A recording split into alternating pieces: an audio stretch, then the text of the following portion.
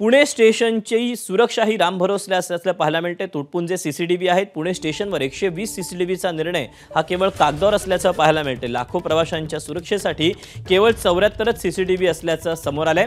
Railway स्थानकात अल्पवयीन मुलीवर अत्याचाराच्या घटनेनंतर इथे सीसीटीव्ही बसवण्याचा निर्णय झालेला होता।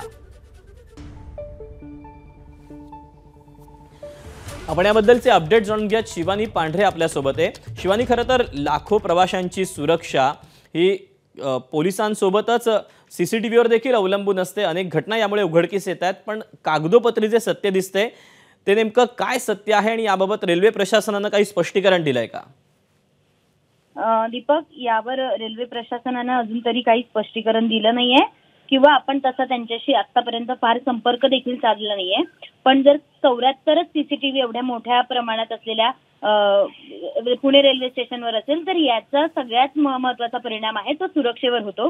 कारण पुणे रेल्वे स्टेशनवरनं रोज लाखो प्रवासी देशातल्या विविध भागात प्रवास करत असतात आणि यांचीच जर सुरक्षा आता जर राम भरोसे असेल तर पुण्यातल्या अनेक घटना किंवा अनेक रेल्वे स्टेशनवरच्या घटना या उघडकीस येणार नाही असं इथे कुठेतरी दिसून येत आहे।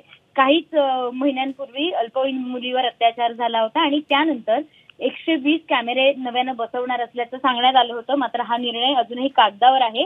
काही दिवसांपूर्वी जेव्हा आपण हे सगळं बघितलं तेव्हा 74च कॅमेरे आतापर्यंत कार्यान्वित आहे असं समोर आलं आणि त्यामुळे पुन्हा एकदा पुणे रेल्वे स्टेशनची सुरक्षा ही राम भरोसे आहे आणि प्रवाशांची सुरक्षा देखील राम भरोसे असल्याचं आपण म्हणू शकतो।